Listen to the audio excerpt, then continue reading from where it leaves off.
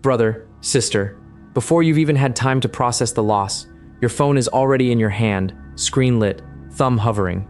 That's the strange reality of grief in this generation. Death used to be something you sat with quietly for a few days before the wider world even knew. Now the phone buzzes, the thumb moves almost on its own, and within minutes, a loss that hasn't even been fully felt yet has already become a public post, visible to hundreds of people, permanent, searchable, screenshotable forever.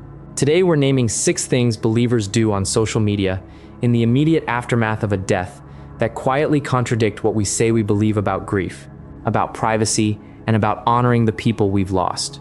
Patterns that have become so normal we rarely stop to examine any of them. This isn't about shaming anyone who's ever posted something in a moment of raw emotion. It's about slowing down enough, before the next loss comes, to ask whether our phones are actually serving our grief, or quietly using it. Stay with me. This one might make you think twice before your next post.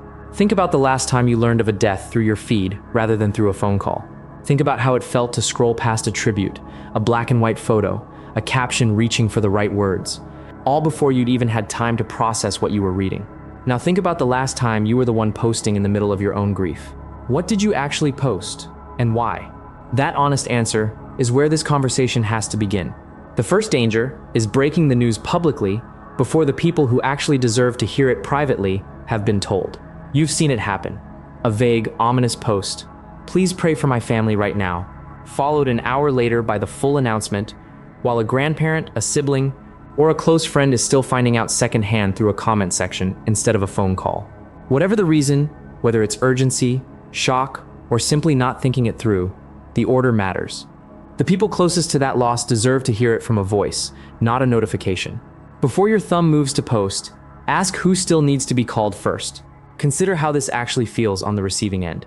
Learning that someone you love has died through a stranger's comment, or through the autoplay of a video on your feed, adds a second wound on top of the first. The wound of finding out the wrong way, in the wrong place, with no one there to hold you while you absorb it. A phone call takes minutes longer than a post. Those minutes are almost always worth it.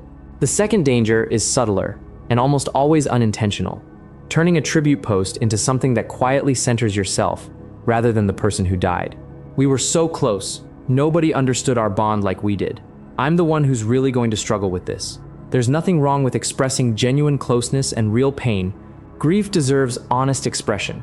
But watch for the moment a tribute quietly shifts from honoring someone's life into establishing your own status in that person's story, especially in comparison to other people who are grieving just as deeply. A tribute should point outward, toward the person who was lost. If you read it back and it reads more like a resume of your relationship than a memory of their life, it's worth rewriting. There's a simple test here too. Could you replace your name in that post with anyone else's? And would the sentence still essentially make sense?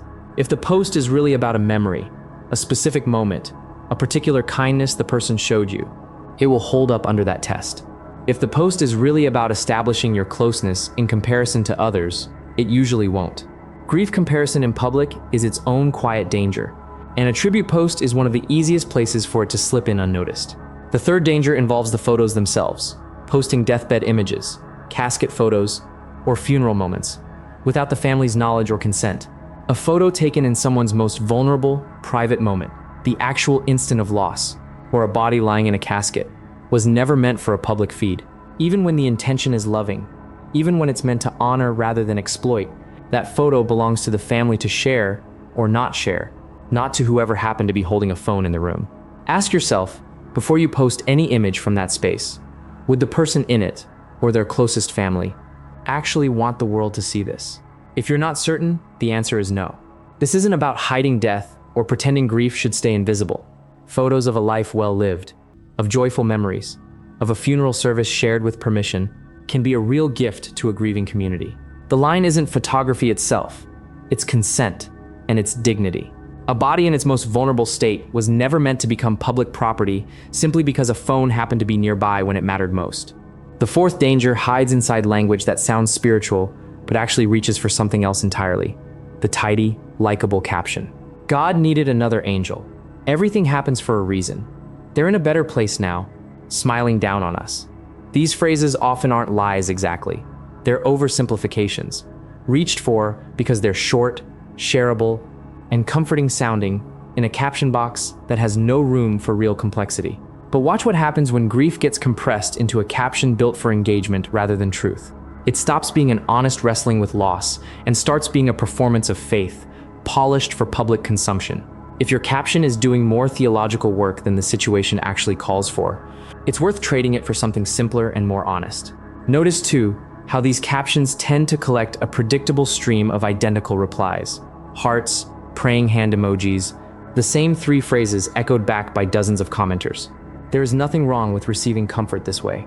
But if the caption was written to generate exactly that response, rather than to say something true, the grief underneath it has quietly become secondary to the performance surrounding it.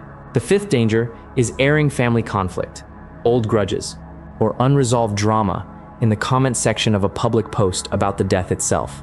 It starts subtly: a pointed comment from one relative, a passive-aggressive reply from another, a public argument about who got to see the person last, who wasn't invited to the hospital room, who's really grieving and who's just performing. Within hours, a post meant to honor someone's life becomes a public battlefield for grievances that have nothing to do with the person who died. Whatever the disagreement, it deserves a phone call or a private conversation. Never a public comment thread underneath someone's memorial post. Consider who else is reading that comment thread besides the 2 people arguing. Coworkers, distant acquaintances, children of the deceased who are watching their family's grief turn into a public spectacle in real time. Memorial post belongs to the person being remembered, not to whatever unresolved conflict happens to surface once the comments are open for anyone to see. And the 6th, maybe the most uncomfortable to name, treating grief itself as content, optimizing a loss for engagement. Excessive hashtags stacked beneath a memorial photo. Captions engineered for maximum shares. Monetized posts, sponsored content quietly slipped in beside a tribute, or a pattern of posting every private detail of a loss because it reliably performs well. Grief was never meant to be a content strategy. The moment a loss starts being measured in likes, comments, and shares, rather than simply felt and honored, something sacred has quietly been traded for something transactional. Ask yourself honestly, if this particular post about your loss received almost no engagement at all, would you still have posted it exactly the same way? If the answer is no, that's worth sitting with. Grief that depends on an audience to feel validated has quietly stopped being simply grief and has become something closer to a performance that needs a crowd to feel complete. So what does it actually look like to grieve well online, if you choose to grieve there at all? It looks like calling the people who need to hear it first, before the post ever goes up. It looks like a tribute that points toward the person you lost, rather than your own place in their story. It looks like asking permission, or simply not posting, when it comes to the most vulnerable images of someone's final moments. It looks like captions honest enough to sit in the mystery, instead of wrapping grief in a tidy, shareable phrase. It looks like taking family conflict offline, every time, no exceptions. And it looks like refusing to let a loss become content, no matter how well it might perform. Social media was never built to hold something as sacred as grief. That doesn't mean you can't use it at all. Sharing a loss, receiving support, inviting prayer, these can be real and good, and there is nothing wrong with a believer choosing to grieve openly in view of a caring community. But it does mean slowing down enough, in the rawest, most vulnerable hours after a death, to ask whether what you're about to post actually honors the person you lost, or quietly serves something else instead. Your own need for comfort, your own place in the story, or simply the reflex of a thumb that has learned to reach for a phone before it reaches for anything else. So the next time your thumb moves toward that post button in grief, pause first. Ask who needs a phone call instead of a notification. Ask whether the words are honest or simply shareable.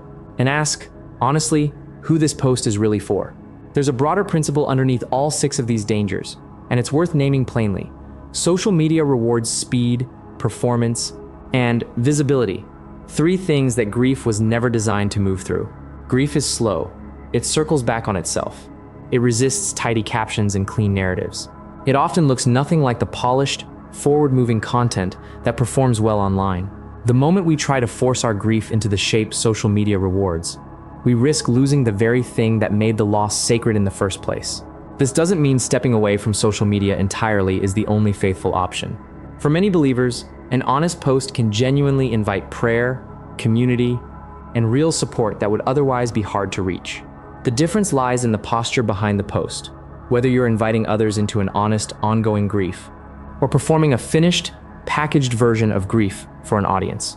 One posture leaves room for people to actually walk with you. The other simply asks them to watch. If you find yourself unsure which posture you're in, a simple practice can help. Write the post, then wait an hour before sending it, especially in the rawest early days after a loss. Read it back once the initial shock has settled slightly. Ask whether it still feels honest, still feels necessary, and still honors the person you lost, rather than your own need to be seen in that moment. If it does, post it freely. If it doesn't, that hour of waiting will have done its quiet work. If this stirred something in you, brother, sister, don't scroll past it. Subscribe to Biblical Warning now, and let's keep examining these hidden places together, one warning at a time.